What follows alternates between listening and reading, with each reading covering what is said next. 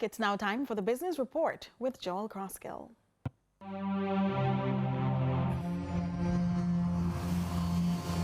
Lots to share with you in the Business Report today. For a third consecutive fiscal year, the government of Jamaica has tabled an estimates of expenditure in excess of $1 trillion, as announced by the Minister of Finance and the Public Service, Favour Williams, for the first time, having assumed the portfolio in October of 2024. In making the announcement, the Minister provided comment on how the national budget has evolved over the past decade. Having won the general election on Thursday, February 25, 2016. At that time, the budget that was tabled and approved for fiscal year 2016-2017 was approximately $580 billion. Today, I am tabling a budget for fiscal year 25-26 that is $1.3 trillion.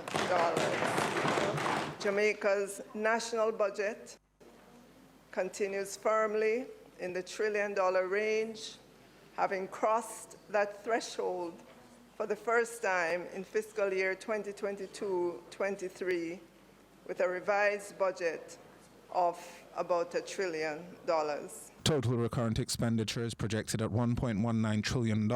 Of note, the Ministry of Finance and the Public Service allocation is $486 billion, the Ministry of Education $184 billion, and the Ministry of National Security $155 billion, whilst capital expenditure is expected to exceed $62.59 billion. However, opposition spokesperson on Finance, Planning and the Public Service, Julian Robinson, raised questions relating to the government's ability to spend that amount. Madam Speaker, with the presentation of these estimates, the country is at a critical trajectory. The estimates, while tabled, and the details will come in the presentation, must address the issues of the anemic growth that the country is currently experiencing. They also must address our inability to spend our capital budget. For the fiscal year ending, $19 billion unspent. Last fiscal year, it was $11 billion. There's a direct correlation between expanding our capital budget and economic growth. It's an issue that was also noted by economist Keenan Faulkner, who provided some preliminary insight into some of the more significant budgetary allocations.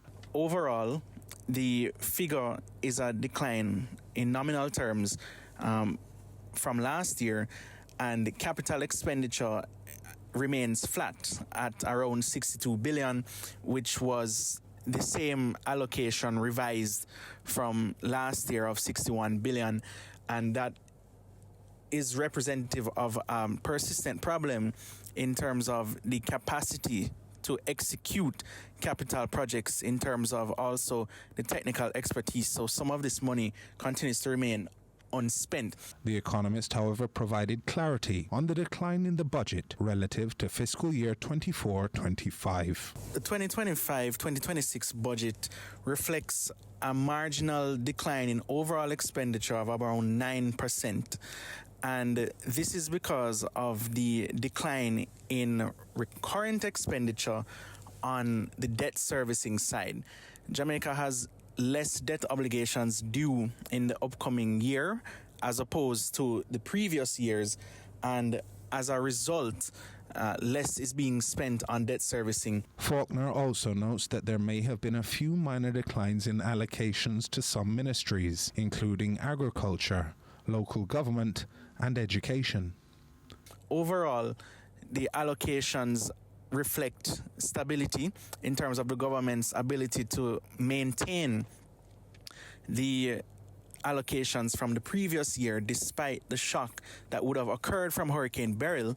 And even despite that shock, tax revenues increased by $50 billion year on year, and overall revenues and grants increased. However, the government plans to borrow less money this year compared to the previous fiscal year by around 30 billion. In closing, Minister Williams reminded the nation that the budget is everybody's business, inviting citizens to pay keen attention when the budget debate commences in March. As said in the throne speech this morning, a nation of peace, opportunity, equity, and prosperity. That, Madam Speaker, is our next chapter. And so I look forward, Madam Speaker, to presenting the details of the fiscal year 2025-26 budget on Tuesday, March 11, 2025. Thank you, Madam Speaker. And that was your business report. I'm Joel Crosskill.